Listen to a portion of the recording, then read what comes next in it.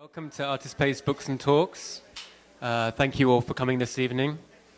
We're hugely pleased to be hosting this discussion tonight, marking the launch of the publication Beverly Buchanan, 1978 to 1981, a book initiated by the New York-based artist Park McArthur. The publication is the first from Athenae Press, an imprint based in Mexico City and founded by curator Jennifer Burris, and it looks at the work of artist Beverly Buchanan, particularly her cast concrete sculptures and public works produced in the late 1970s, early 1980s. I'm going to hand over shortly to Park to introduce in more detail tonight's discussion, but I firstly wanted to thank her and Jennifer for organizing this occasion and producing such an insightful publication on an important body of work.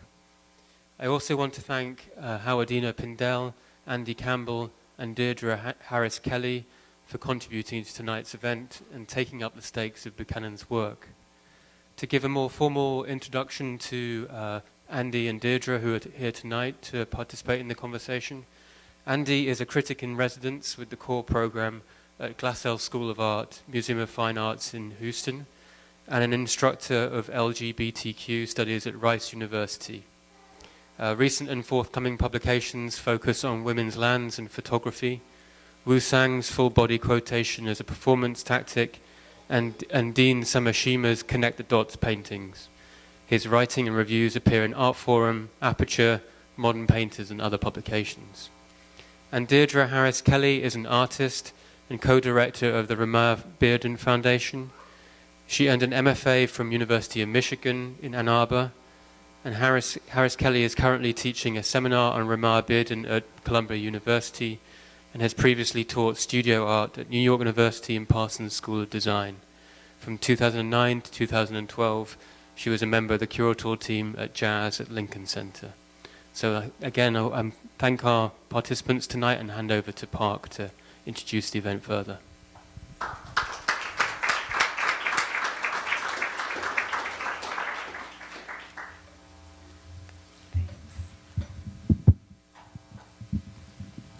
Hi, thank you. That sounds good. Thank you so much, and I'm going to unfortunately have to start with an apology. And Howardena Pindell has had to have emergency dental surgery, so I know she is really sad to not be here, and I'm not even going to make the joke that I'm a terrible replacement for her because there's really no replacement for Howardena Pindell. But I do want to offer her apologies and kind of frame out the evening for what we'll discuss. Thank you so much, Artist Space, and thank you, Richard, for creating this kind of wonderful and terrific panel and a time to pause and consider Beverly's life and work and the kind of social spaces and relational networks that continue to exhibit and support it today. Because artists know that the creation, of presentation, and care of work is a proposition of the social. And it's a proposition of work that goes beyond the authorial voice of one person. Some of these social networks are informal in terms of friends and colleagues, and others are more formalized organizations such as Cinque Gallery, which we'll hear more about tonight, an exhibition space and a kind of unofficial mentoring program founded by Ernest Critchlow, Ramar Bearden, and Norman Lewis in 1969, and named for Joseph Cinque, leader of the 1839 Amistad Revolt. Cinque presented Buchanan's first New York solo exhibition in 1972 and ushered a kind of self-identification as an artist. It was sort of one of the first times where she identified and spoke of herself as an artist. We can also look at AIR Gallery, Artist in Residence, founded in 1972 in Soho, and which on a different model for a $35 monthly fee and a sitting on the collective's two committees, artist members could take home 100% of the sale of their work at AIR.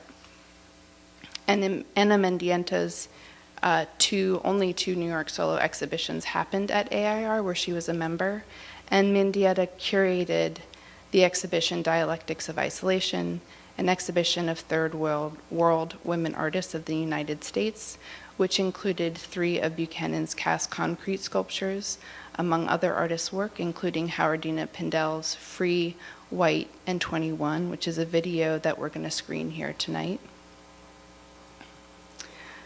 Buchanan's work has been included in numerous exhibitions, but I first encountered it in David Keel's 2013 exhibition, I, You, We, which was a selection of work from the Whitney Museum's permanent collection. A large photograph from 1995 depicting Mary Lou Furcon standing in front of a home she built by herself out of logs and who Buchanan met on one of her many drives through rural Georgia was hung in the We section of the exhibition. But it was Buchanan's photographs of her own sculptures, the photographs she took of the cast concrete work that she made much earlier in her career in the late 70s and early 80s that I first saw in the Whitney's library that led to the research that coalesced to this book, and some of the images are cycling through behind me. That's what the work looks like that I first saw when I opened this artist file in the library. And I felt like these photographs recognized me in a way. I felt like they recognized some of my ongoing questions about form, material, and abstraction's relationship to structural injustice and the way that we can think about personal and historical memory. These questions are never really answered, but I think that art and artists as individuals who are charged with the mandate to think compositionally have a particular lead, a particular purchase on. Buchanan made the work that's cycling behind me in Macon, Georgia, but she now lives in Ann Arbor, and I went to meet her in the fall of 2013. She continues to work from these experiences of growing up in South Carolina, that when she made site visits with her dad, who was the dean of the School of Agriculture at South Carolina State University, when he was working to extend best farming practices to tenant farmers across the state. During my visit with Buchanan, she recalled passing a location that had recently changed racist hiring practices, and she said, I'm going to quote, I recalled passing a location that had, I stopped the car. These are her words. I stopped the car. I had some stones in the car, actually looking for a place to put them. And I saw this site that for some weird reason I thought could have been part of a graveyard. It's not, but it was there in an industrial area that had recently hired black men. And that had never happened before, and I wanted something there to commemorate that without having a big giant sign that said, we finally hired some black people. So I took the stones I had in my car and I made a pile there, but I didn't put a sign. It's these questions of representation in Buchanan's work that always stay with me. And these are questions that are political in as much as they are sculptural. The question of putting a sign or not putting a sign, which we all know to be that there are more options than that. But in the video we're about to see by Howardena Pindell, she offers a kind of incredible understanding of how these questions of representation work in relationship to identity. She was making abstract paintings at the time, and in the video she parodies a voice, and these are a few sentences that she says. You really must be paranoid. Your art isn't really political either. You know, I hear your experience and I think, well, it's got to be in her art.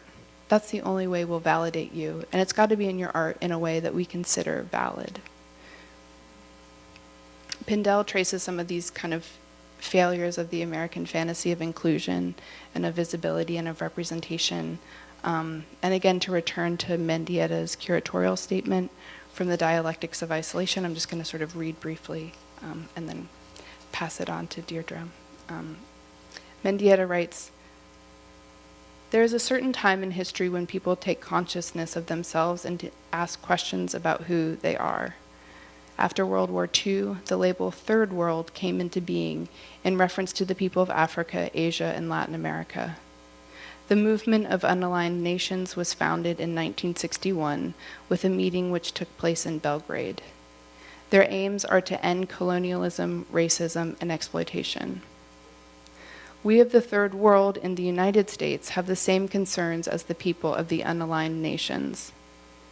The white population of the United States, diverse but of basic European stock, exterminated the indigenous civilization and put aside the black as well as the other non-white cultures to create a homogeneous male-dominated culture above the internal diversity. Do we exist? To question our culture is to question our own existence, our human reality. To confront this fact means to acquire an awareness of ourselves. This in turn becomes a search of questioning of who we are and how we will realize ourselves. During the mid to late 60s, as women in the United States politicized themselves and came together in the feminist movement with the purpose to end the domination and exploitation of white male culture, they failed to remember us.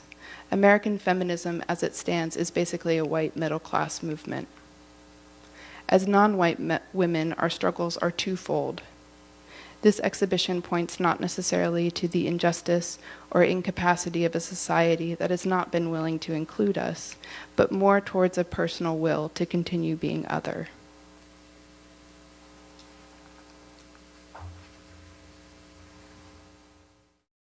My name is Diedra Harris-Kelley, and I am the co-director, one of the directors of the Romeo Bearden Foundation.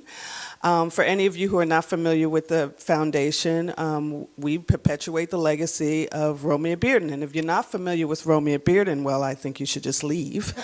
But he is by far one of the greatest artists of the 20th century. I'm not just saying that, it's true. He's most known for his innovation in collage, but he also painted, he did abstract work in the late 50s and 60s. He did watercolor. Just recently, his works from a series that he called The Black Odyssey from Homer's Odyssey was up at Columbia University, part of a traveling show that has been traveling under the Smithsonian. So that was a show that's been a wonderful, wonderful, event for Bearden. It's work that's a little different than most people are used to seeing. It's made all from a very colorful collage work. Most people know Bearden's work from the mid-'60s when he was involved with the artist collective Spiral. And he did a series of works that he called the projections. They were black and white collage that was a cycle of everything that he went on to be involved in terms of subject matter and themes. So everything from the rural South, and he's also from the South, from Charlotte, North Carolina, to city scenes. So anyway, this was a very wonderful show of his works there, and in 2011 we were celebrating 100 years since his birth. So lots been happening. He got a stamp in 2011 also. There are 4 images that the U.S. Postal Service commemorated his achievements with, and he now has a park down in Charlotte, North Carolina, if any of you want to make that a destination. I noticed from reading the resume of Beverly Buchanan that she went to Bennett College. So did Romeo Bearden's father. So that was just something I saw that jumped out at me that was kind of neat. So as we discussed, as Park mentioned, don't have much light here, but let's see, I think I'll be okay.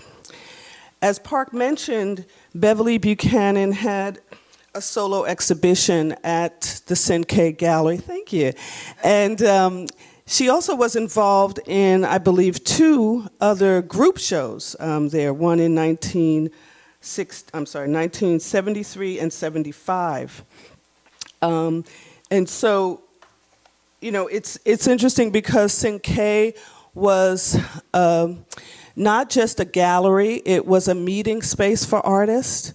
Romeo Bearden, Ernest Critchlow, and Norman Lewis saw this as a sort of space where artists would be able to show their work, but also where a lot of graduate students were coming out wanting to be curators, art historian, art, you know, and they didn't have opportunities. And so, you know, of course, Bearden, Ernest Critchlow, and Norman Lewis were all coming out of pretty, you know, somewhat beginning to be successful careers already. And so they were really looking at how younger artists were faring under the museum and gallery scenario in New York that was, you know, pretty white and pretty restrictive, even for white artists. You know, everybody was having a tough time showing their work. So, so Cinquay started,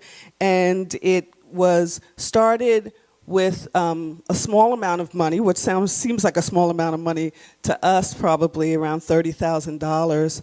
And they were funded by the Ford Foundation and also by a group at Columbia University. Let's see if I can stick to my notes, which are hard. The Urban Center at Columbia University. And I thought it was interesting because when I was looking through some of the archives at the foundation, and I was coming upon some of the ideas that the artists were interested in Cinquay representing initially.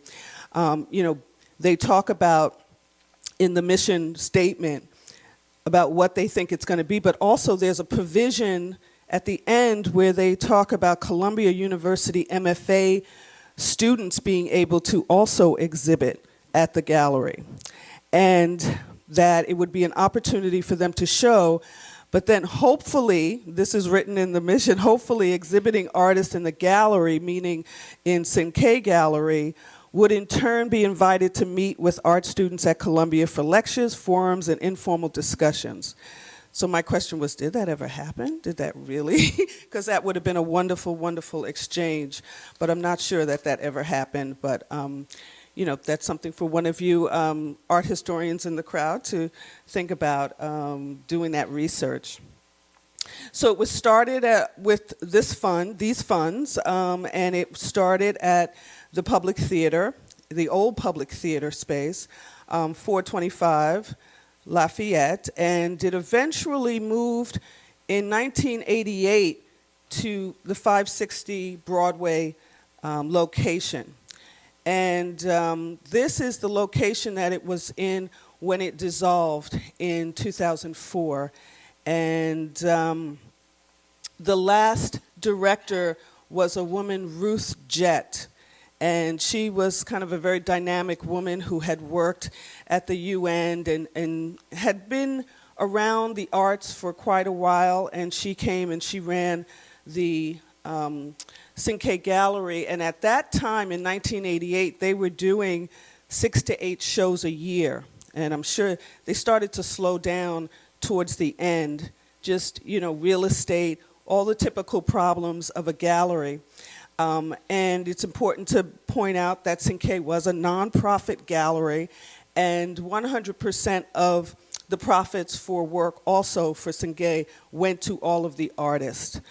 So the artists didn't have to pay for frame. Well, they had to pay. They had to be framed and arrive at the gallery ready to hang.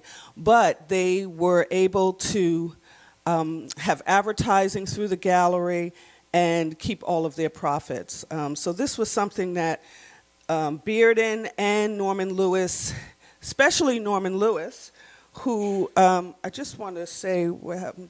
Where's the remote on this? Is it, oh, I'm just gonna, okay, all right. What I have up now is one of the flyers from Cinquay Gallery with Beverly Buchanan on here, listed as Beverly Lee.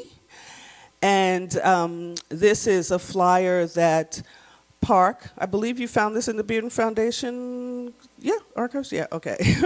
And And so this is what the materials would look like typically. But I wanted to just say that, you know, here you have Norman Lewis on the left and Romeo Bearden on the right. Some unknown folks in the back. If anybody knows who they are, I'd be glad to add that to our archival information. But, you know, there was a real need, I guess, on Norman Lewis's part in particular. He really wanted it to have the feel, wanted Cinquay Gallery to have the feel of a real 57th Street gallery. So they were trying to do everything on the up and up. And like I said, they had a pretty extensive mission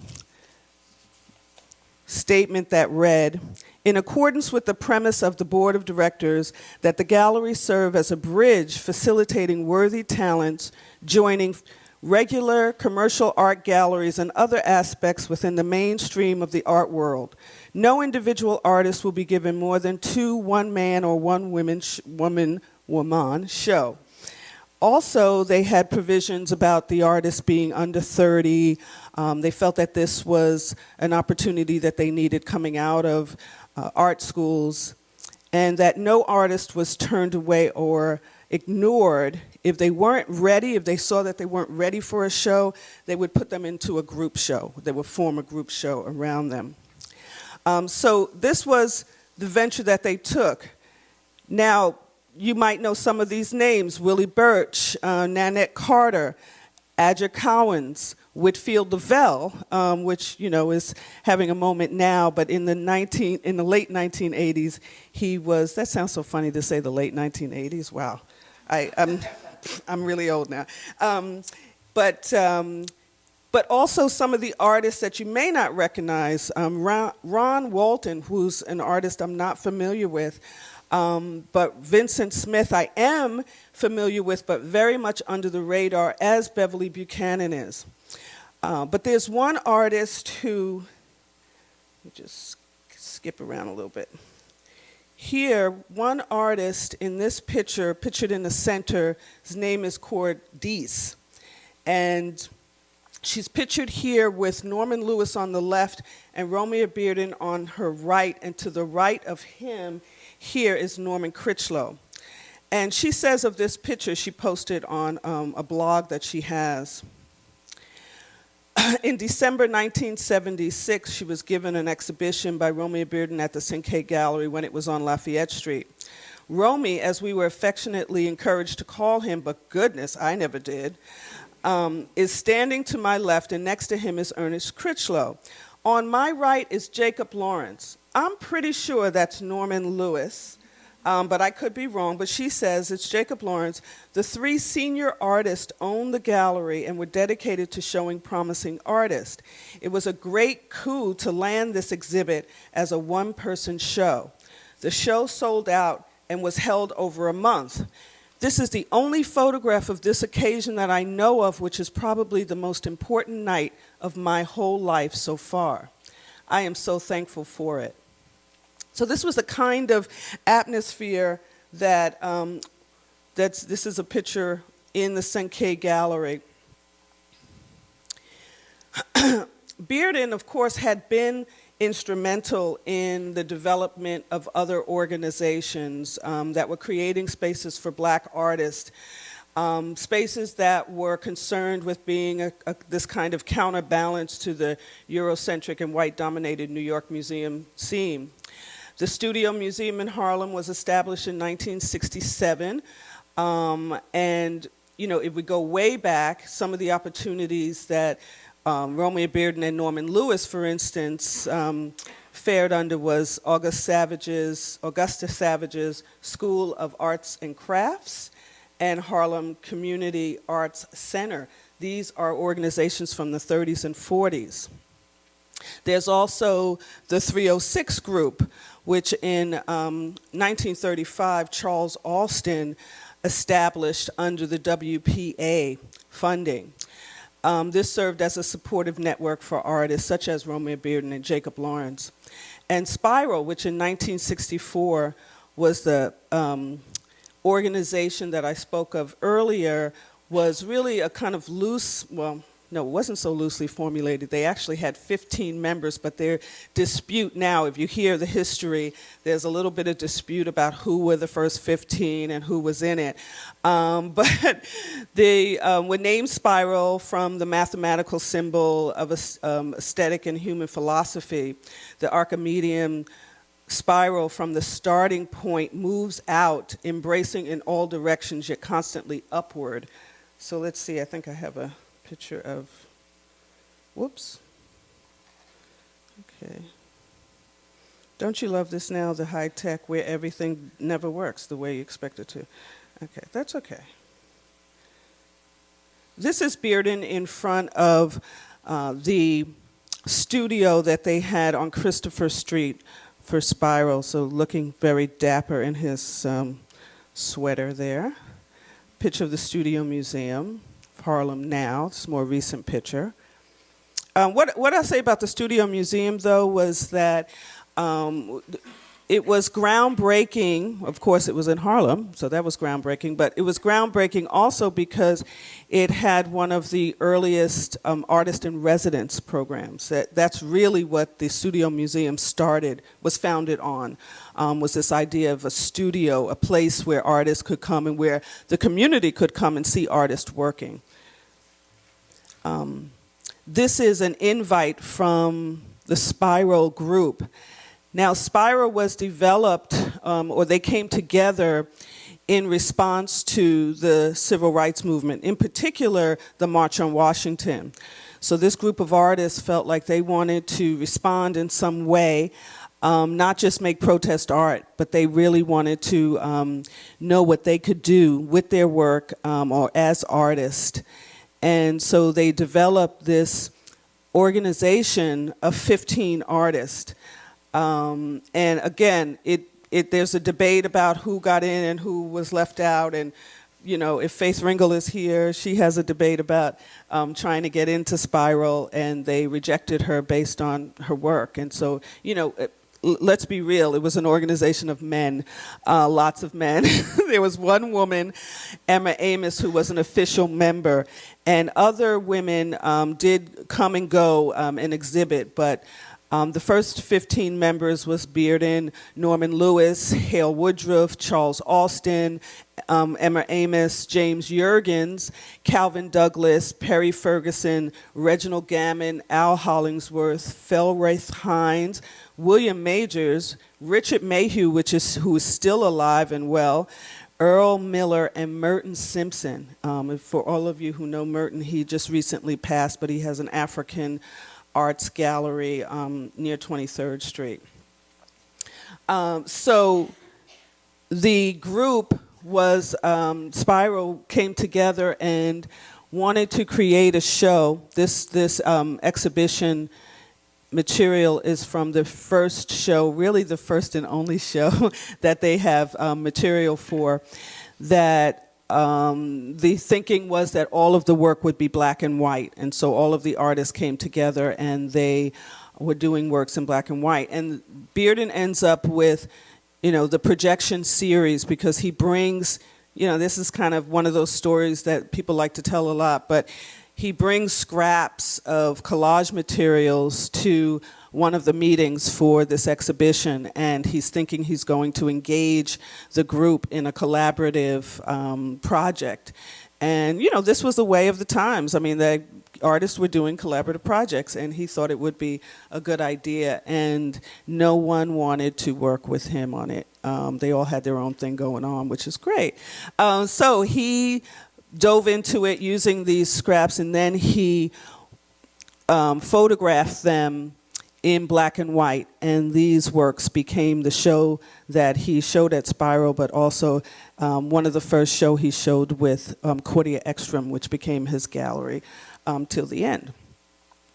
There was also the Harlem Cultural Council, which in 1968 campaigned against plans for the Met, the Metropolitan Museum, to do the exhibition Harlem on My Mind. I was hoping Howardena would be here and could elaborate on some of the wonderful stories about that show. It was called Harlem on My Mind, Cultural Capital of Black America, 1900 to 1968. And it was being protested because it was focused on documentary data, mostly photographs, but not art per se, and not the accomplishments of artists. And the protest was expanded in 1969 by Benny Andrews and the Black Emergency Cultural Coalition, who came together for that protest. It was developed for that protest. So these were some of the kinds of things that artists were doing, that Bearden got involved in.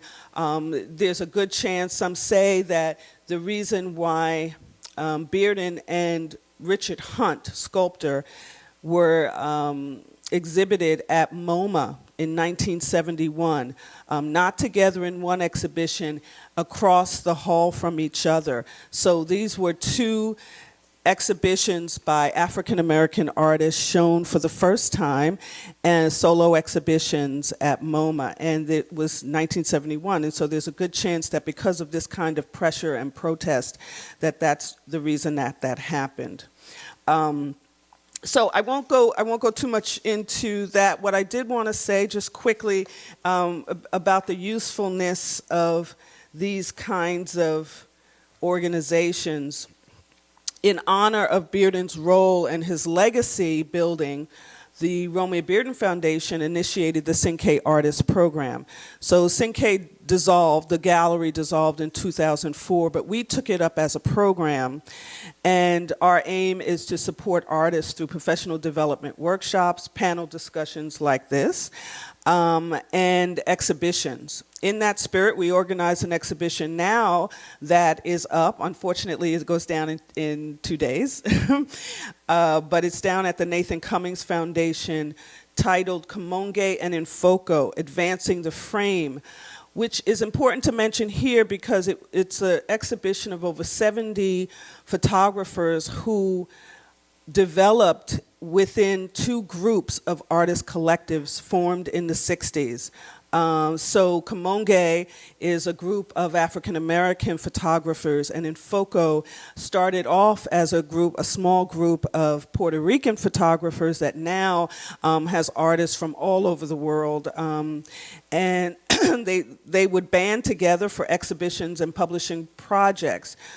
One of the big questions is why they still exist, why these artist collectives still exist. And their answer to us is that for many of these Black and brown artists, there still exist enough of the barriers to opportunities afforded many of their white contemporaries still. Of course, many of these artists have had some individual success, but by banding together, they of course have a stronger voice. Exhibitions and publications drive interest in their work. And I want to just say a little nod out to the reason we're here. A book like this is so important to an artist who has been underexplored, as Beverly has been. Interestingly, though, we got a review. Now, a lot of the shows that we do, we organize the exhibitions. I am a curator, and I act as curator in this, but the Romeo Bearden Foundation is organizing this. And we don't get many reviews, but we got a really great review from the art journal Hyper Allergic that started with the writer encountering a question about great photographers of color. Apparently, after the late, great Roy DeCarava and Gordon Parks, one dared ask, who else is there? The writer points out our exhibition as an answer to that question of who else is there. There's plenty of people out there. So exhibitions and books are crucial to the understanding of what and who else is there. I've come to know that if you ain't in the survey books or catalogs, and now the internet, you sort of don't exist. So I just want to say congratulations to Park and to Jennifer for this wonderful, wonderful book, and carry on. Thanks.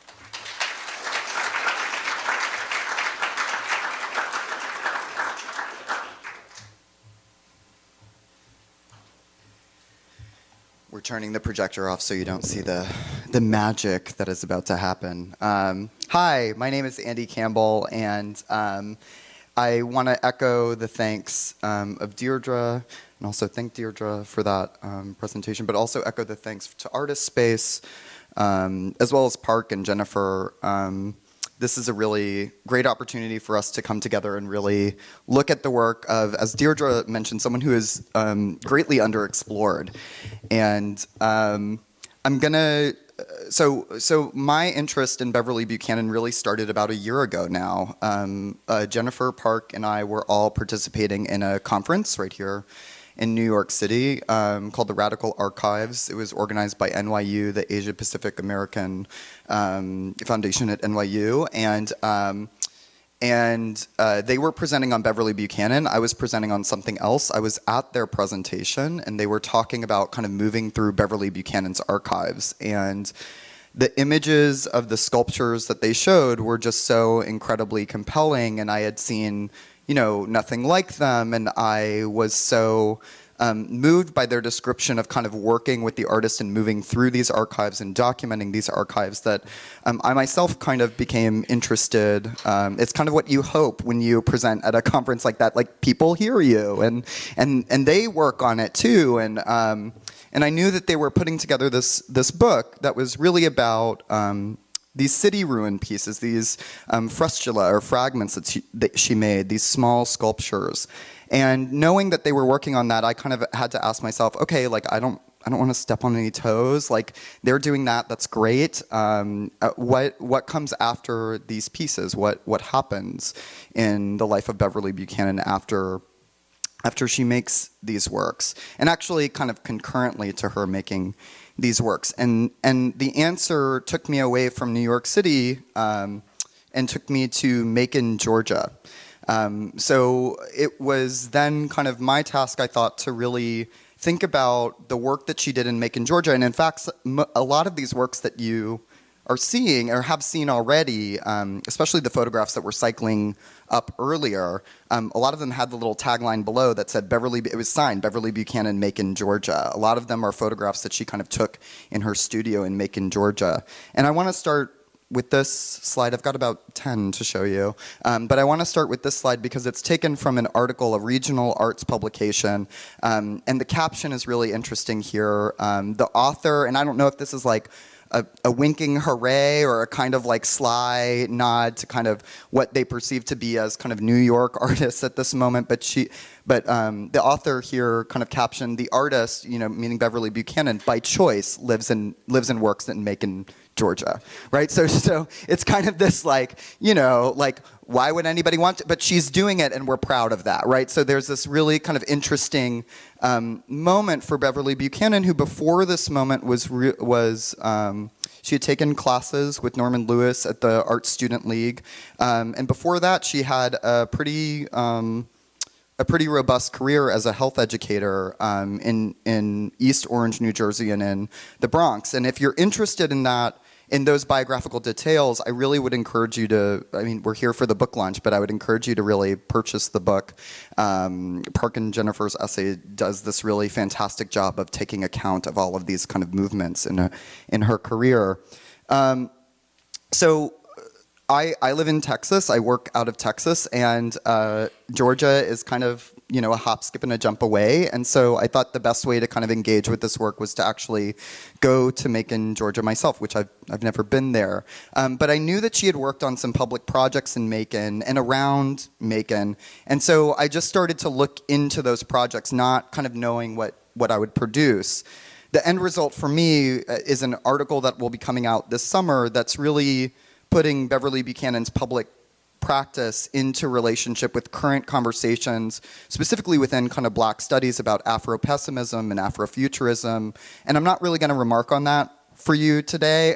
I really just want to kind of introduce these works and introduce some of the interesting lineaments that these works kind of provide us and kind of thinking about it. And so what I found were three public projects, and I decided to really focus on the big public projects that she created, not really the small works that she would give to friends, although that kind of became part of the research as well. So what you're looking at here on the left is a piece called Ruins and Rituals, which is located in the back of the Museum of Arts and Sciences in Macon, Georgia.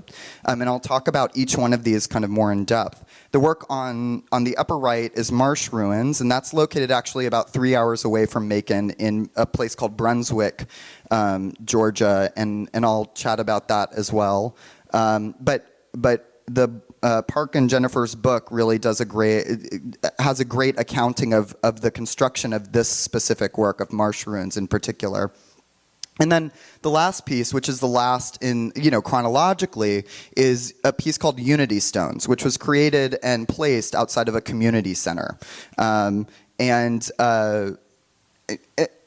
so, one of the things that I tried to do when I was looking at these works is, I wanted to find them. Like, I wanted to find out where they were, like, what they looked like, especially because Beverly Buchanan's work has this really interesting relationship to this idea of, it's even indexed in the title, of ruins, right? Like she's thinking about this idea of ruins and ruination and what does that mean for the kind of lifespan of the sculpture. So I'm interested publicly in how these works, quote unquote, weather, or how they kind of appear today.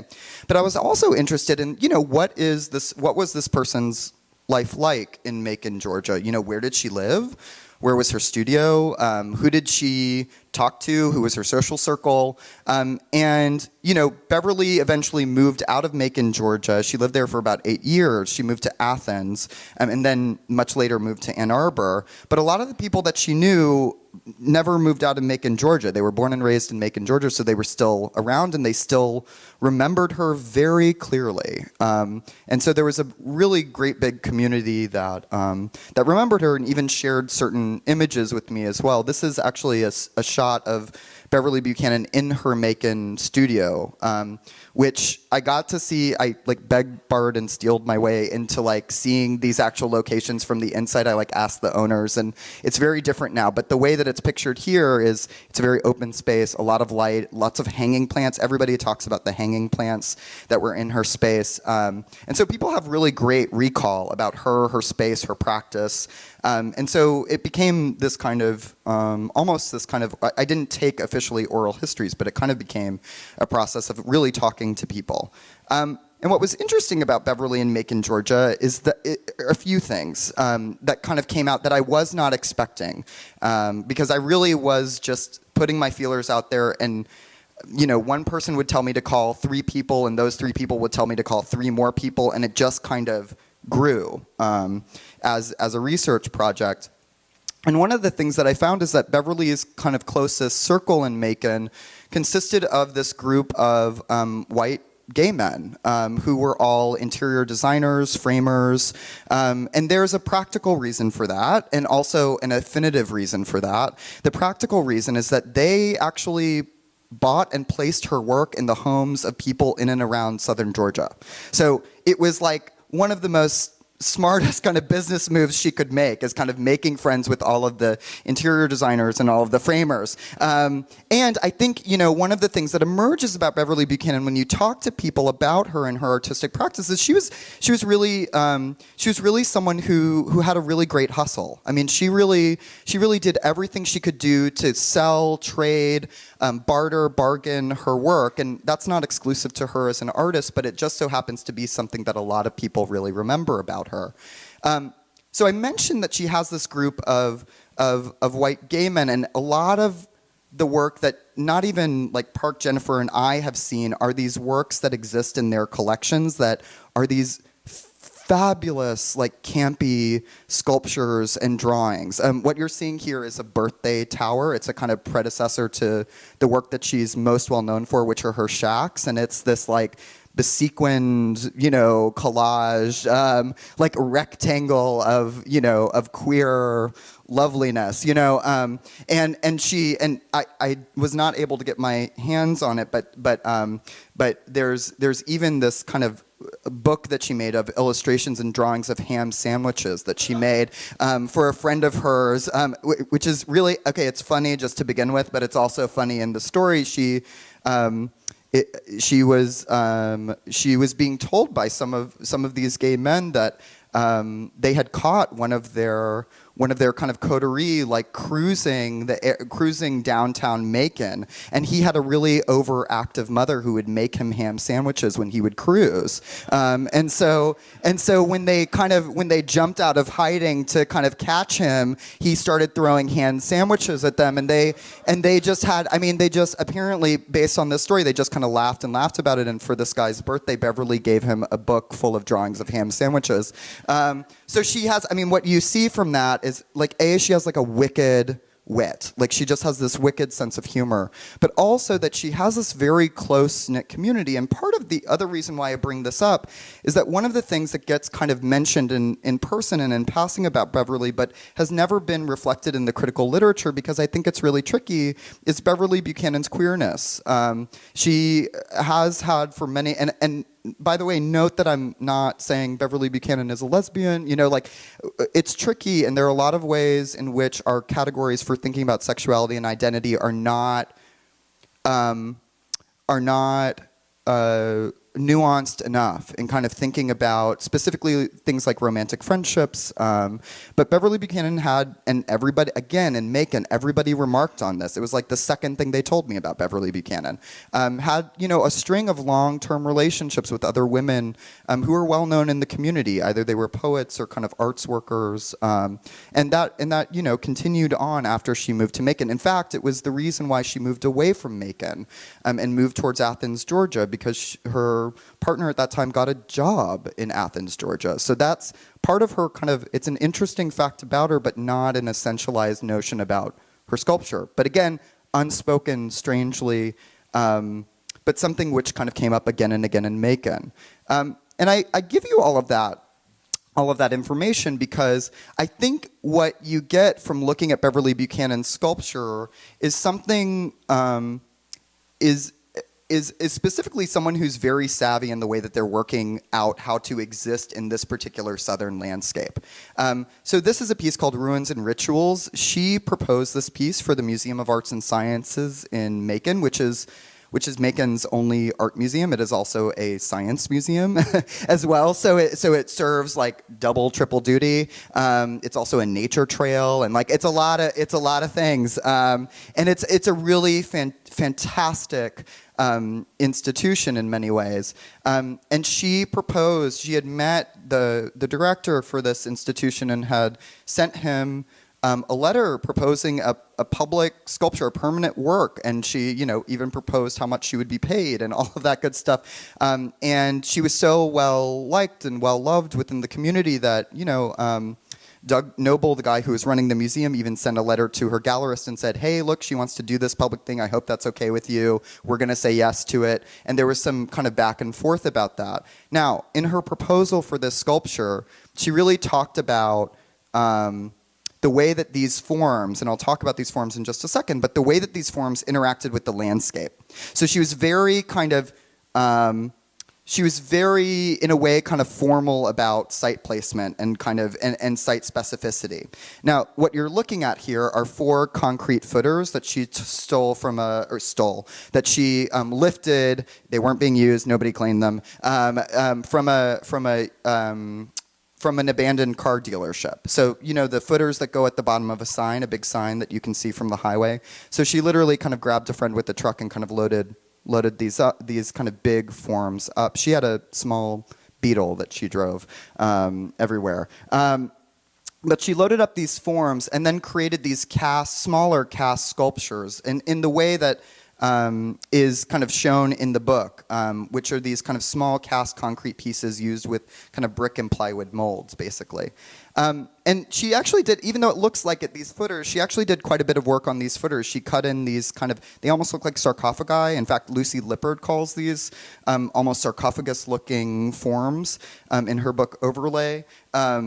She kind of cuts in this lid, which is non-functional. It doesn't kind of open. And she places these stone elements, these kind of small stone elements all around the work. And in fact, this work had 2 other parts, one which was made and deposited a little ways away in the forest, which I could not find, and one which was and that was placed with the help of her assistant, and then a part which was not placed with the help of anyone, only placed by herself in the middle of the Okmulgee River. So she's really interested already, we see, like, in visibility and invisibility, in marking and not marking, right, in site specificity, but also in the way that forms can look like they've been made and not made at the same time. There's a lot going on here.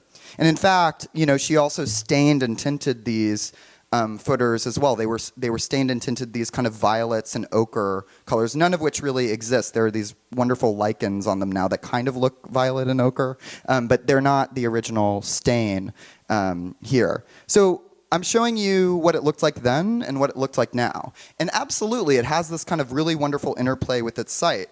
But one of the things that I kind of discovered as I was researching these works is that Beverly, and it's almost an impossibility of thinking how you couldn't place such things meaningfully, specifically in Georgia, in the South. But Beverly Buchanan really placed these works in a way that spoke to a sense about kind of black history, and specifically about the kind of vicissitudes of black history, meaning kind of how it's lost or forgotten, or how it is paved over with the kind of pulling up of white figures who are intensely problematic for kind of representations of black folks. So, for example, this work is placed in an arboretum that's called the Harry Sitwell Edwards Arboretum. Now that name doesn't mean anything to a lot of people anymore, but it was important when Beverly Buchanan made this work, partially because the museum had only, you know, maybe 10, 12 years earlier relocated the cabin of this figure to this park, to this kind of walkway.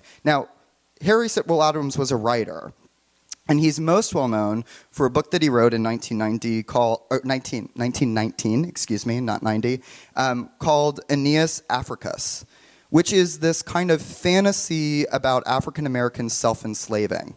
Okay, so basically what happens is that it tells a story of a slave named Aeneas, who is one, and I'm quoting Sitwell Edwards here, is one of a, quote, vanishing type. It's basically a kind of Uncle Tom mold for this figure. And he is charged by his master to move some of his heirlooms from his master's plantation to his master's home in Jefferson County. But in the kind of, you know, fantasy of this novel, this good-hearted but simple slave doesn't know that there are several Jefferson counties, right, in Georgia. So he spends the next 8 years searching for this county. And at the end of the 8 years, the Emancipation Proclamation has happened. And he arrives at his master's home, and he's told that he is in fact free, and he declines his freedom, right? So that's what I mean, but it's this fantasy about self-enslavement. This book, which was serialized in the Macon Beacon Journal, and then went on to be bound and sold 3 million copies in the United States, which, let's kind of think about that at that moment when we're seeing a kind of, not just a resurgence, but really the rise of the Klan in the United States. This is a really specific kind of figure who has a nature trail named after him. And Beverly Buchanan places this sculpture that looks like sarcophagi in this arboretum, right? And so the proposal, which is completely, quote unquote, unknowing about its site placement, is in fact completely knowing in this way in terms of kind of what formally appears on this site. Okay, so there's this way in which, in fact, one of the footers is actually kind of placed a short distance from the other footers and is making its way away from the cabin, right? Almost as if it is kind of moving away from this particular figure. By the way, this nature trail, this arboretum, has been renamed since that moment too, right? So this is what I mean by there's this really interesting way in which her work is not just this formal exercise in kind of landscape and thinking about these kind of elements, but is actually really inherently connected to the socio-political scene in Macon, Georgia at this moment. Marsh Ruins, which is located 3 hours away, shares a kind of similar history. And here she's embedded that specific reference to kind of black history in the materials that she's using. So this is located in the marshes of Glen State Park, which for a Georgian of a certain age, and I was told this by quite a few Georgians, is that they would memorize this poem that was written by this romantic poet, Sidney Lanier, called The Marshes of Glen. And it's a very kind of picturesque poem about these beautiful marshes of Glen. So school children would literally memorize this poem about this place that would become a little bit mythic in Georgia. So Beverly Buchanan is placing this sculpture in a well-known, in the imaginary of Georgians. Again, a lot of this is about localized conversations. In the imaginary of Georgians in a very charged place. And not only that, but she's using a kind of very charged material. So instead of using cast cement or cast concrete, she's using this material tabby. And actually, Jennifer and Park in their essay do like this really phenomenal. I will only do like the surface glance of like what they actually provide. But basically, tabby was a form of architecture that was very prevalent in the Southeast and the coast during slavery. And part of the reason it was prevalent during slavery is the material costs were cheap. It is water, lime, and basically oyster shells, which are found in indigenous Native American middens, these kind of massive piles that they used to kind of dredge up. So it's cheap materials. It's not stone. It's not, wood. And because we're talking about slavery, the labor costs are quote-unquote non-existent. Right, so it's an incredibly labor-intensive and somewhat dangerous process to create tabby buildings, and a lot of coastal Southeast buildings are made, especially slave quarters, are made out of tabby. And the other thing about tabby is that it oftentimes is very rough and unfinished. So the shells literally kind of stick out of the architecture, and it's an incredibly unfriendly wall. And so what Beverly Buchanan does is she makes these 3 mounds on the edge of the marshes of this salt marsh, basically. And of course, again, there's this connection to kind of land art. The marshes flood during the fall, and there's this way that the waters kind of rise up and cover part of the forms, and then kind of fall away.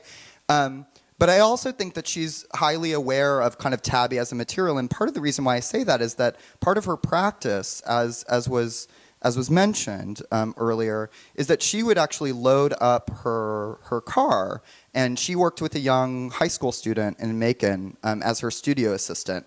And they would load up her car with these small cast forms, and they would go out to these rural roads in Georgia and would find black churches and look around black churches for graveyards. And sometimes these graveyards would be like Old Geechee and Gullah graveyards. And she would literally mark these places that were unmarked. But again, never really placing another kind of marker, not really telling anyone. Sometimes she would snap a picture, and then that picture would kind of stay with her, but never really telling her. She's incredibly aware of kind of what the structure spaces, realities of kind of pre-antebellum or antebellum and post-bellum Georgian life was. And so she's using this material in an incredibly knowing way.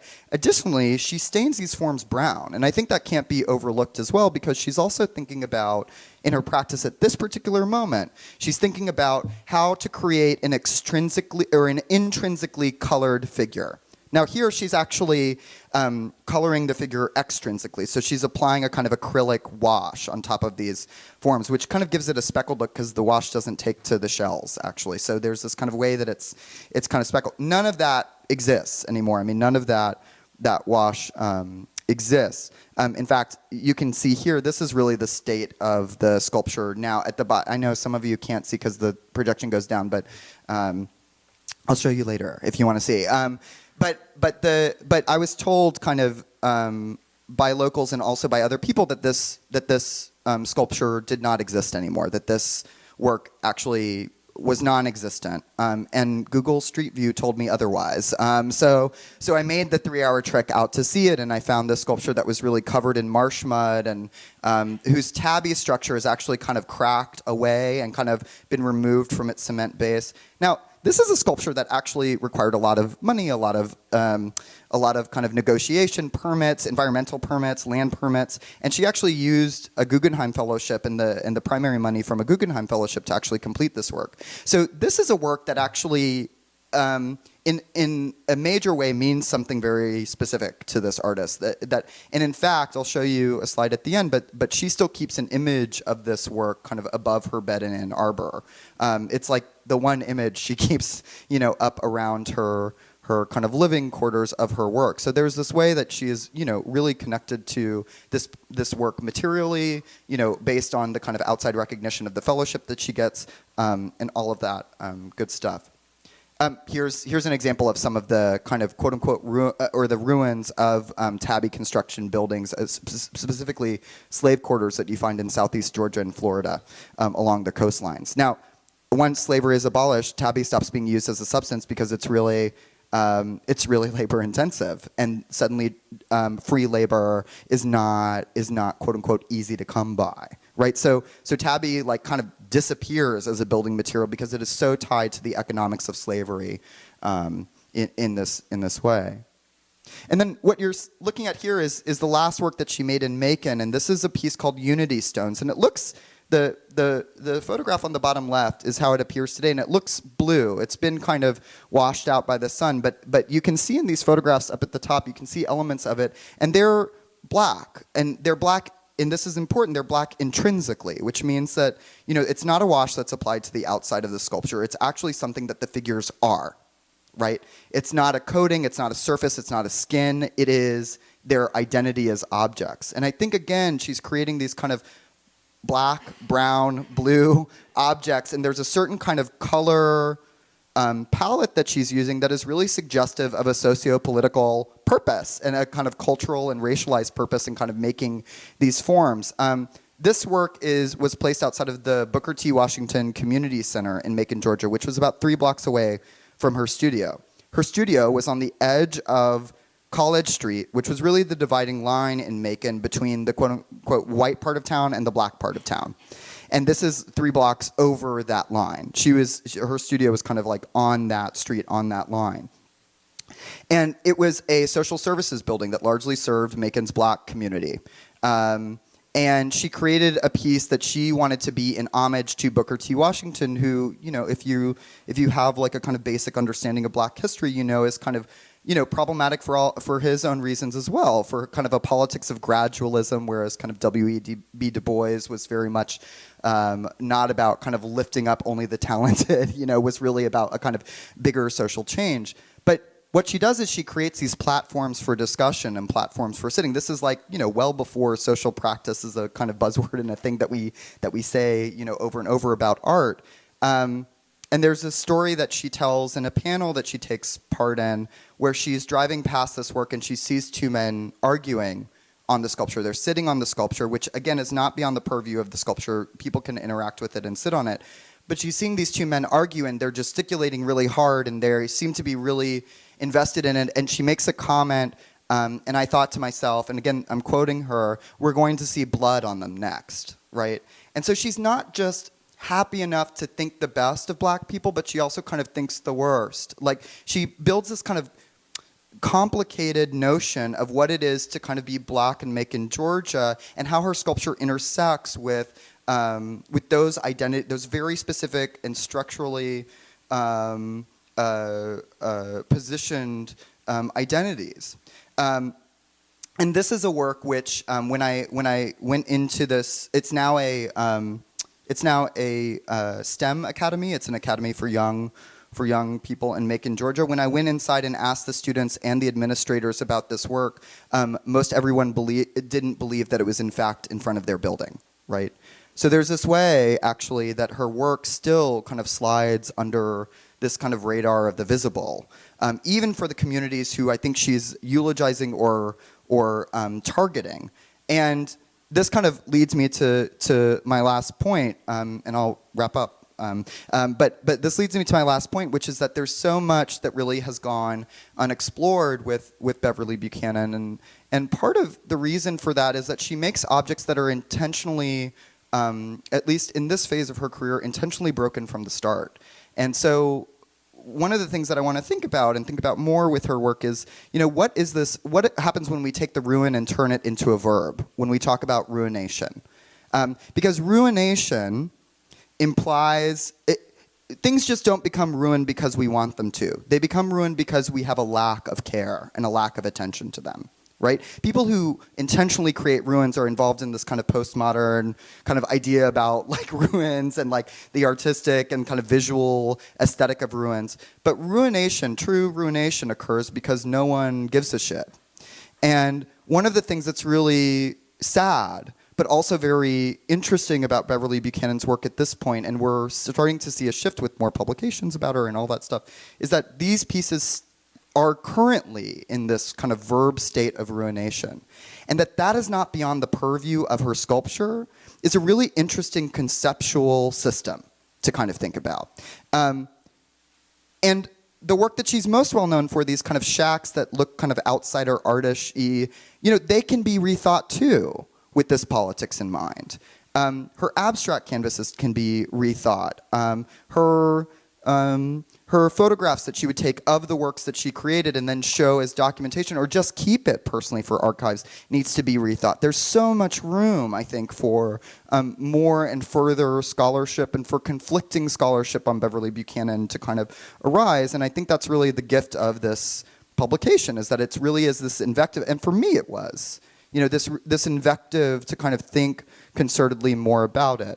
And so I'll just leave you with that. I mean, this is the image that I got from Jane, who's currently kind of her caretaker in Ann Arbor, of this photograph of Beverly Buchanan amongst marsh ruins.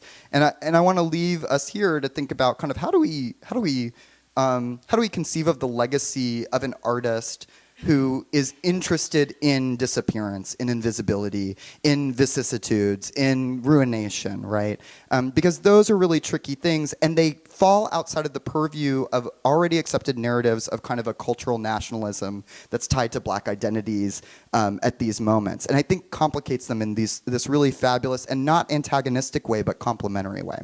So thank you so much. I appreciate you listening to my extended... But I'm also really happy to turn it over kind of quickly for Q&As if things came up from the kind of conceptual to the practical, either in, what a research process like this is like, and or in terms of like any of the content that we've discussed. So I'm happy to turn it over to you guys. You were talking about Diedra and AIR in the beginning, but later she withdrew her membership from AIR quite, or not quickly, but abruptly, because she didn't feel that they supported her own participation, particularly in the particular arts. So what happens when sort of our institutional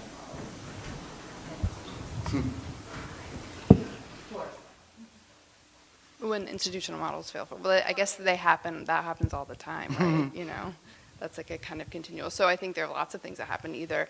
I mean, Ana Mendieta's work also brought her outside of New York a lot. She was like, a lot of her work was, she was traveling and doing site-specific works and needing to do site-specific works elsewhere.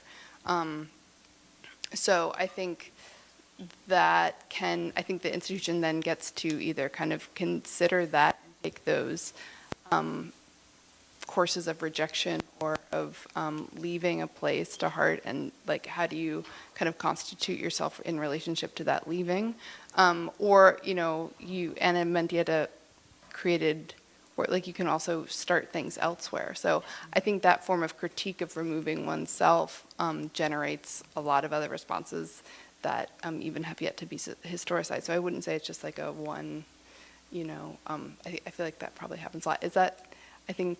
Yeah, I guess maybe not from like the subjectivity of the artist, but like maybe a responsibility of the institution. Well, so we looked at the file about the show in AIR's archives at Fails, and there's really one, and this kind of gets at your question in an oblique way, but there's really one main criticism that which was a review in the Village Voice. And what's interesting about that critique, and it was kind of a critique we were very frustrated with and almost that this panel started with, is that despite Mendietta's proposition of this curatorial gesture being in response to the exclusionary nature of AR's feminist collectivity, the criticism, the critique of the show basically said she didn't know what she was doing, and I'm going to read it. And it says, despite Mendietta's avowal of otherness, most of the work here extols the phenomenological, the lyrical. Witness Beverly Buchanan's cast cement bricks, which are tinted with an admixture of iron oxide and acrylic paint, exuding the red earth color of Buchanan's native Georgia. Here is a sophisticated procedure for making what appear to be primitive artifacts. Her sculptures having the excavated look of brick shards arranged evocatively like the rocks at Stonehenge. So it's this absolute unwillingness to see the potential complicity or confluence of the political and post-minimal, the minimal or formal gesture, which I think is exactly what we've been trying to get at in all the discussions today. And perhaps the unwillingness to see things even when they're there and being articulated at sessions, staring at you in the face, might also explain a frustration. And that's not just on the part of the gallery, it's on the part of general receptivity, I think. If that answers. I had a question. If no one else has a question. I had a question about the works and the reception that they might have gotten. Yeah. Any press? Yeah. Were people getting it? Were critics killing it? What? Yeah, so this is what's, again, like kind of what's truly sad about these public works in a way, is that they were feted, when they came out, they were like a local artist unveils major work. But then really nothing happens with them. And in fact, when I was talking to a lot of the people who were her close friends, they were like, well, why do you want to go out and look at that? Right? Like, so there's this way that, like, again, like those works, they were like, don't you want to talk about her shacks? Don't you want to talk about, these works that she's much better well known for?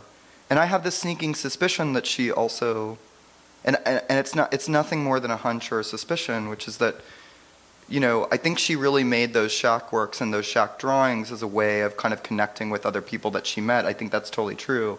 But I also think that she knew that it would be recognized by white collectors in a way that it's kind of like what Howardena Pindell says in the video, like, if you don't use our symbols, like, we don't recognize you. And I think that's very true for Beverly Buchanan's output. And so those big public projects, they're all but invisible. I mean, the only one that gets taken care of, and you could see from the slide, it's not even really taken care of that well, is the Ruins and Ritual piece outside of the museum. I mean, it had poison ivy growing on it when I was there. So it's like, what is that? I mean, that means something, with this artist's legacy and her work. And yeah, there are articles that are about the opening, the dedication of these work. The mayor would speak, and maybe a congressman would speak, and they would talk. They would have a band, but especially for the Booker T. Washington piece, they would have a speech that was about kind of Black history, but then nothing, right? Like nothing else. And again, even to the people that populate that building in particular, like, they literally did not believe that it was in front of the building. I had to take some of them out and say, like, this is what I'm talking about. And they're like, oh, what is that? Yeah. Yeah. This is completely anecdotal, but when we tried to track down marsh ruins initially, we called the local government office that's in charge of the park, maintaining the marshes, and talked to a park ranger who I think said, this is a great opportunity to get out of the office for the day. So he's like, I'm dedicating a day to go and look for these sculptures, and came back and said, they are absolutely not there. And I think what it was is just not recognizing that as art in any way. Oh, yeah. And so there's this... Yeah, we didn't think that they were there either. We didn't think so. We're like, okay, I guess they're not there. And I sent them photographs. Andy sent us photos, and we're like, okay, they're there. They're here. But there's, and yes, as you mentioned at the end of the talk, these strategies of deliberate concealment and invisibility and the replication of that operative model is there in her work itself. And so then the question becomes, as an art historian or as an archivist, how do you adhere to that and be somehow respectful of that, but bring the work Right. forward. And so that's Right. a complicated Yeah. position. I don't know. Yeah. I'm sorry, I can late and this might have been discussed already, but along those lines, I mean, do you think it was purposeful on her part that she potentially wanted the art to almost disintegrate or to become part of nature or to change in such a sense that maybe it would no longer be visible to the audience, and whether that was part of her statement? Again, you may have already gone over this. No, I think, yeah. Definitely. Yeah, absolutely, it was. And there are, in these, the public sculptures that had these, again, as Andy mentioned, that had this very, very vibrant, at least initial recognition, often came with multiple other components or dimensions to it, one of which was visible to a very small group of close friends, others which were completely invisible and not acknowledged to anyone other than herself. So the public gesture would be kind of reflected in these ripples of these semi-public or private or completely unspoken gestures. And so that kind of gradualness is something that was there from the start.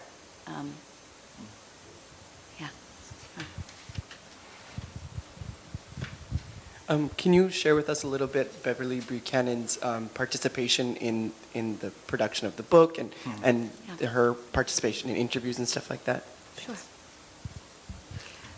I went to visit her for 4 days and she kindly it was funny, I'm an artist, and so I got a little bit of the sense of how difficult it is to interview artists, and so sometimes I had a lot more compassion after how you ask the same question 3 different times to see if you'll get another answer. Welcome to my world. So Beverly's in her 70s and has really good recollection of memories when she was much younger, but currently doesn't have very good memory. So part of the questions with the book were how to bring together a biography, some of which had, not because of her accounts, but it had different biographical notes, either things had been misremembered or different accounts in newspapers. And I don't know if you encountered that, but there would just be different kinds of historical misrememberings. So part of it was just trying to think how to just get an actual and factual recording of a biography, and then ask her. I had very basic material questions of how did you make the sculpture and where are they? And some of those things are still unanswered, but we would most communication goes through Jane, her very close friend, and so we send either photos or questions to her and update her on the process of the book, and then Jane would respond to us from Beverly. So.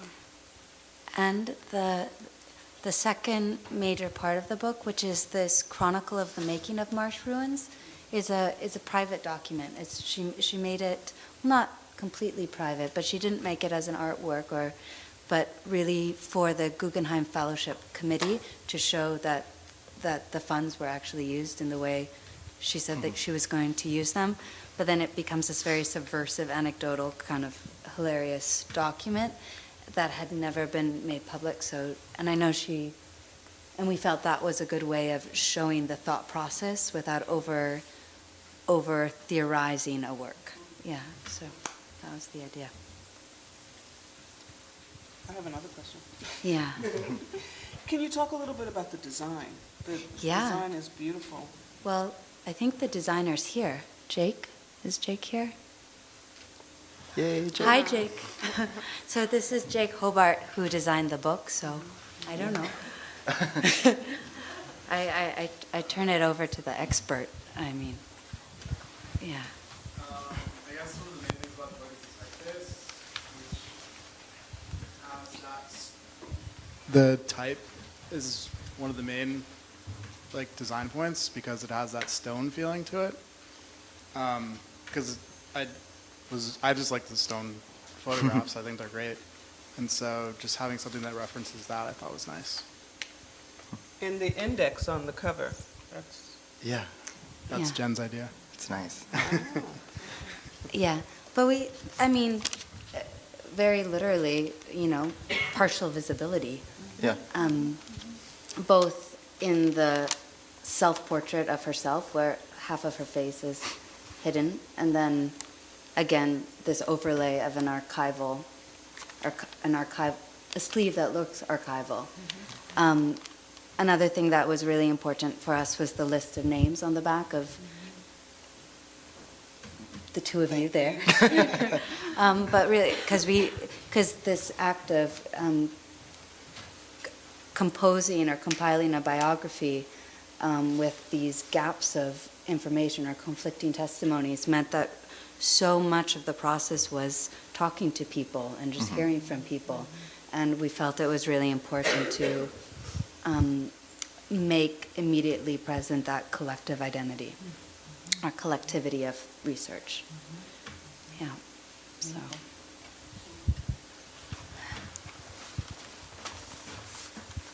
Question. Now that you mentioned that image of her where she's half turned, and it's called a self-portrait, I thought it was just like a portrait, but it said the photographer was unknown.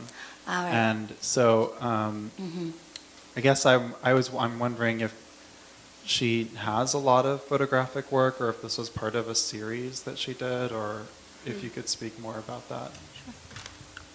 Yeah, she does have a lot of photographic work, both of her own and of like family histories and like albums and things like that. And she also has photographs that her dad took during, this is her biological uncle, but was her adopted father, and he also took a lot of photographs. So there's a sort of survey of what like life as a tenant farmer in South Carolina was like, as visited upon by like an academic dean, professor. And so, and some of these photographs she turned into postcards for mailers for her shows and used them in different parts of her work. So, yeah, there are a lot of photographs in her archive. Yeah, do you want to add anything? Not to my knowledge do they cohere into a series. I don't think it was formalized in that way, but there's, so many self-portraits or portraits.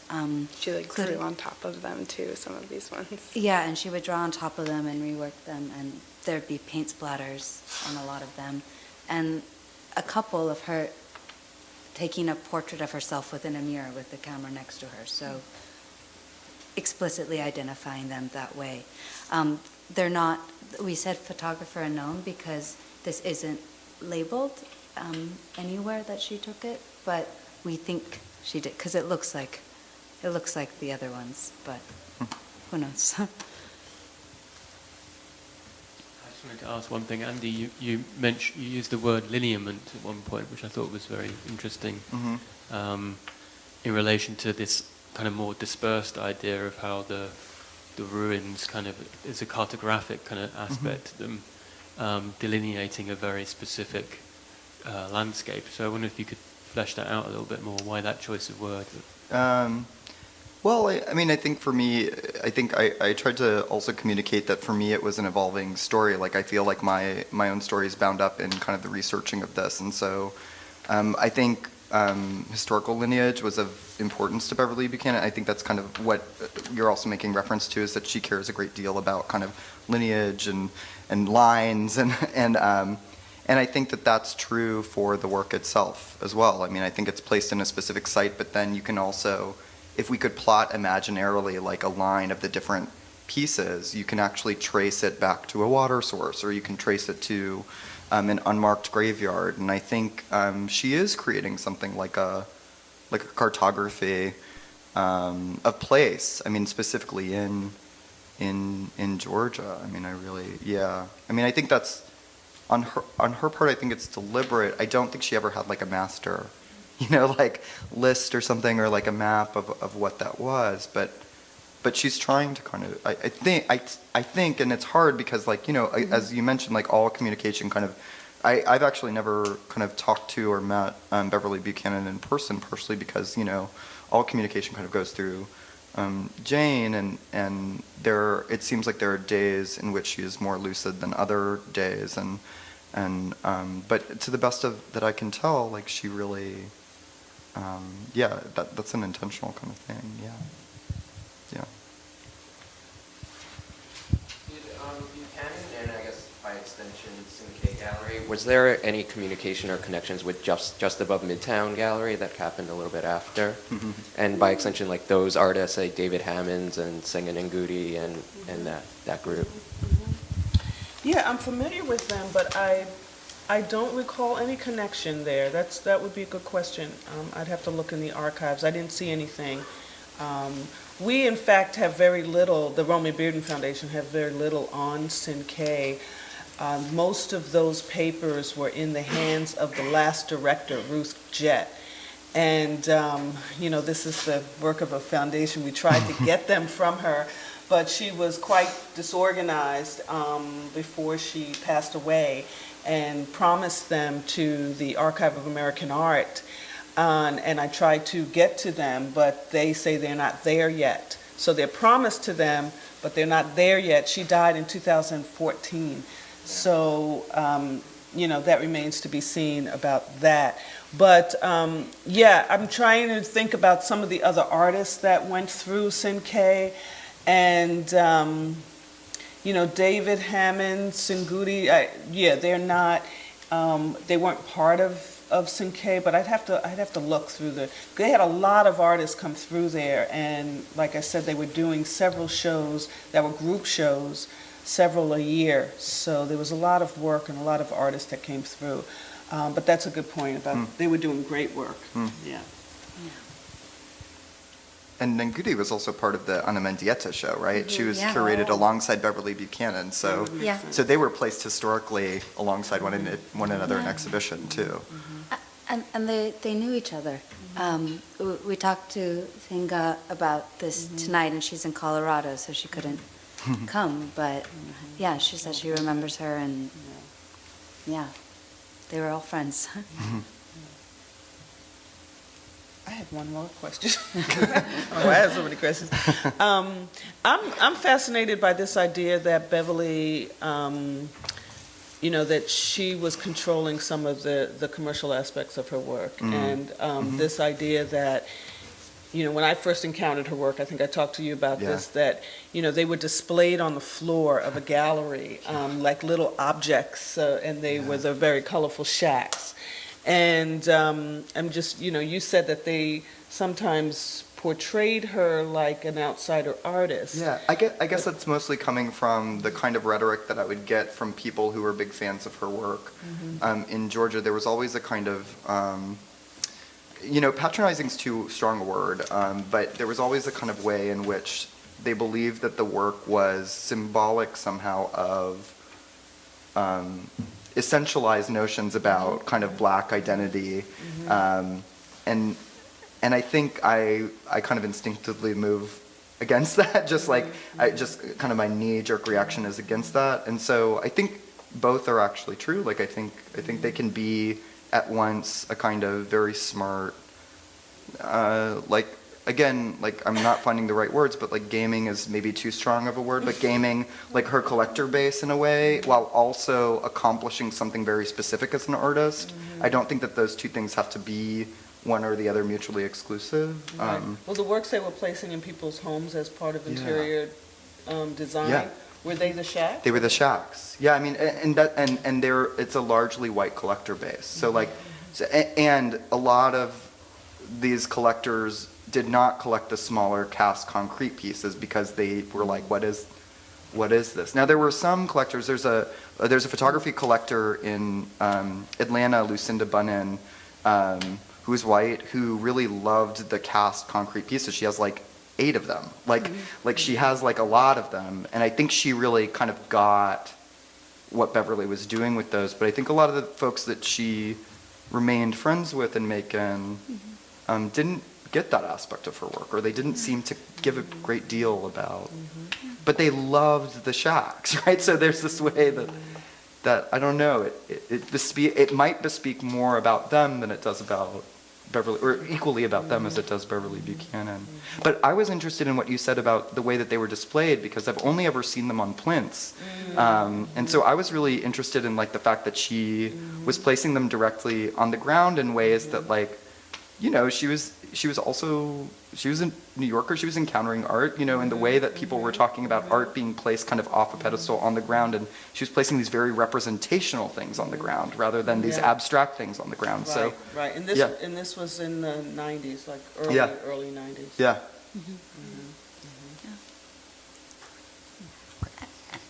I mean, it seems like the shack pieces are more like icons, and the pieces that are more site-specific have to do more with, like, disappearing. I don't know, just a comment. I would just add to that comment, there's an interesting, Lucy Lepard talks about the first all-women show that she was curating, and when she spoke to women, they'd have their work that was gallery ready, or that they were aiming for the gallery, and then they'd ask, what about your other work? Where's your private work? So it's interesting to think also about the flip of sort of women in the early 60s hiding identity-based work and thinking that they had to produce something that was in the language of the more general art world. And then in this case where she really is, you know, in the language of post-minimalism and then producing an identity-based work for the gallery. Yeah, and I would say too that this is, again, like, there are so many unexplored facets of her work. I mean, I think, like, you know, I am dying to read the article that is about those shack pieces, that is like a deconstruction, a takedown, a kind of drawing out of those shack pieces. Because those were also connected to specific people that she met. And so there's a kind of documentary practice that goes alongside these, like, seemingly hastily constructed, outsider-ish kind of looking sculptures, and I think that's another kind of complicating narrative to, like, to the way that we understand those kinds of forms. Yeah, I mean, for me, it's like everything keeps kind of coming out of this, out of kind of looking. There are more and more projects that need to be kind of spawned here. And just an anecdote going to collector bases and Lucy Lepard. Lucy collected works from these early cast concrete sculptures, as did Betty Parsons. So there was a very completely aware collecting practice of her work as well. Yeah. So it plays on these multiple levels. Yeah. How large are the shack pieces? Like, they're small, right? Yeah. Yeah. Like scale. No. Yeah. I mean, but between the two works, it's like, you know, the ones that are more site-specific, it seems like it's like this sort of play on preciousness or unpreciousness. So, like, the shack pieces are, like, small and special, and even if you put them on the floor, they're still these, like, tiny things that take a lot of time to make. But then, you know, you can get lost in the pieces that are, you know, like the ruins, because they don't look like, they look like they're part of their environment. Right. I don't know if you guys encountered this, but she also made one large-scale shack too that was outside of a children's museum, actually. She was commissioned by a children's museum to make one of her shacks life-size, and she was also commissioned by Macon later on in her life by the African American History Museum in Macon to create a public monument to Harriet Tubman. Which she built a mock-up for, which was to be made out of, like, cut metal and featured a great big house and a figure that kind of came out of it, but was never realized. So there is some indication that she at times thought bigger than that, but most of them are small. Well, come visit us with any other questions if you want to approach us. But thank you all so much. Thank you. Yeah. Thank you.